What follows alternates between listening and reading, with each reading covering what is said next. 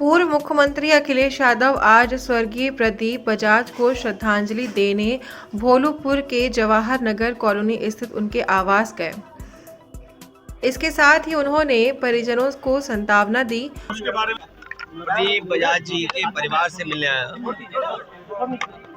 प्रदीप बजाज जी से बहुत पुराने संबंध जहाँ नेताजी के थे, मुझे याद है कि नेताजी ने ही मेरा परिचय प्रदीप बजाज जी से कराया था, और जब से परिचय हुआ लगातार वो राजनीति में कई मौकों पर सुझाव देते रहे।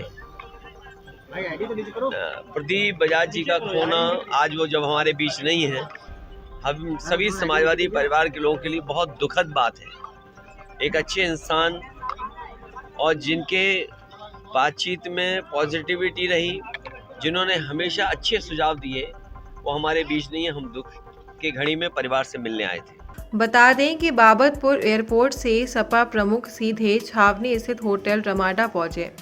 यहां कुछ देर आराम करने के बाद संकट मोचन मंदिर जाकर दर्शन पूजन भी किया। रात्रि विश्राम करने के बाद 10 फरवरी सुबह 10:30 बजे अखिलेश यादव ने काशी विश्वनाथ धाम में दर्शन पूजन किया। इसके बाद पूर्व एमएलसी काशीनाथ यादव की बेटी की शादी में शामिल होने सारनाथ पहुंचे। वाराणसी में पूर्व मुख्यमंत्री और सपा के राष्ट्रीय अध्यक्ष अखिलेश यादव ने कहा कि इन्वेस्टर समिट के नाम पर भाजपा जनता को धोखा दे रही है। इन्वेस्टर समिट जनता की आंखों में धूल झोंकने जैसा है। उन्होंने कहा कि यदि बनारस के लोग भी टाई और सूट पहनकर चले जाएं तो बीजेपी वाले आपसे भी एमओयू साइन करवा लेंगे। अरे बनारस के लोगों, आप अगर टाई और सूट पहन के चले जाओ तो बीजेपी वाले आपसे भी एमओयू करा लेंगे। विधानसभा में चाचा जी का इस बार विधानसभा में चाचा जी का भी आपका साथ रहेगा क्या? ये जो इन्वेस्टमेंट मीट है, इन्वेस्टमेंट मीट के बहाने केवल जनता को धोखा देना है। कम से कम पिछले इन्वेस्टमेंट मीट में जो एमओयू हुए थे वो कितने ज़मीन पर उतरे, और जो डिफेंस एक्सपो हुआ था जिसमें प्रधानमंत्री जी खुद आए थे, राष्ट्रपति जी आए थे, और पिछले इन्वेस्टमेंट मीट में जो जो उद्योगपति आए थे, कौन नंबर 1 पे बोला था, कौन नंबर 2 पे बोला था, कौन नंबर 3 पे बोला था, क्या वो इस बार भी सीक्वेंस वही रहेगी?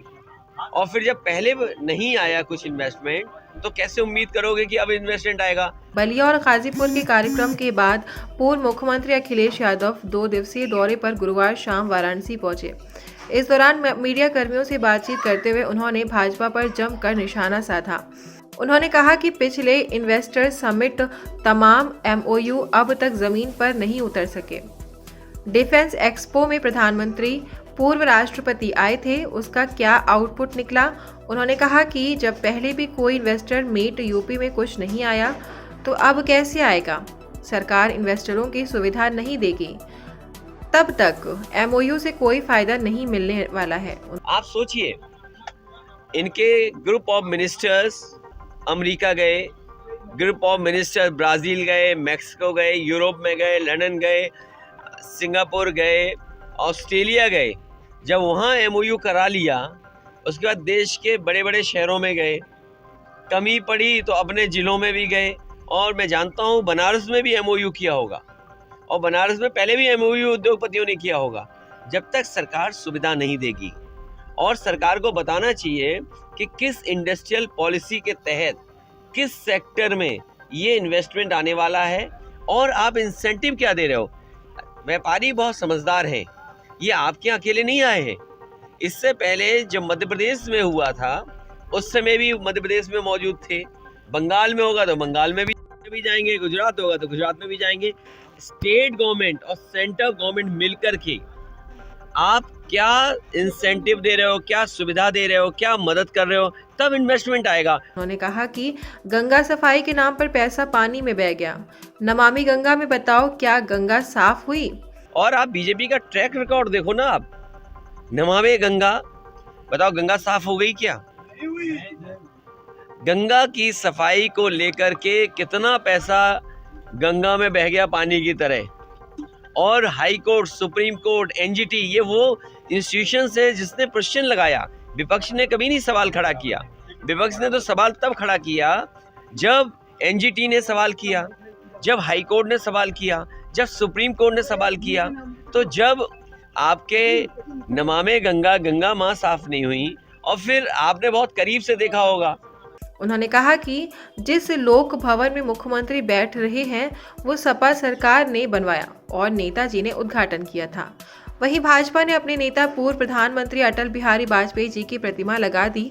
लोक भवन बनाया समाजवादी सरकार ने, एक लोक भवन जहां मुख्यमंत्री जी खुद बैठते हैं वो बनाया समाजवादी सरकार ने। नेताजी ने उसका उद्घाटन किया था। अपने नेता पूर्व प्रधानमंत्री अटल बिहारी वाजपेयी जी की प्रतिमा लगा दी, वो लोक भवन उन्होंने नहीं बनाया। उन्होंने कहा कि जिस स्टेडियम में मुख्यमंत्री ने शपथ ली थी उन्हें ये भी नहीं पता कि क्रिकेट मैच में नो बॉल क्या होती है, स्टंप कितने लगाए जाते हैं, पिच कितने यार्ड की होती है। ये सपा की देन है जिसकी वजह से आपने मैच देखा। जिस स्टेडियम में शपथ ली मुख्यमंत्री जी ने और अभी क्रिकेट का मैच देख रहे थे, ये बताओ क्रिकेट मैच देखने जाओगे, आपको पता ही नहीं क्रिकेट मैच में नो बॉल क्या होती है, स्टंप कितने लगाए जाते हैं, स्टंप के बीच में दूरी क्या होती है, पिच कितने यार्ड की होती है, अब कुछ पता ही नहीं, बस मैच देखने गए थे।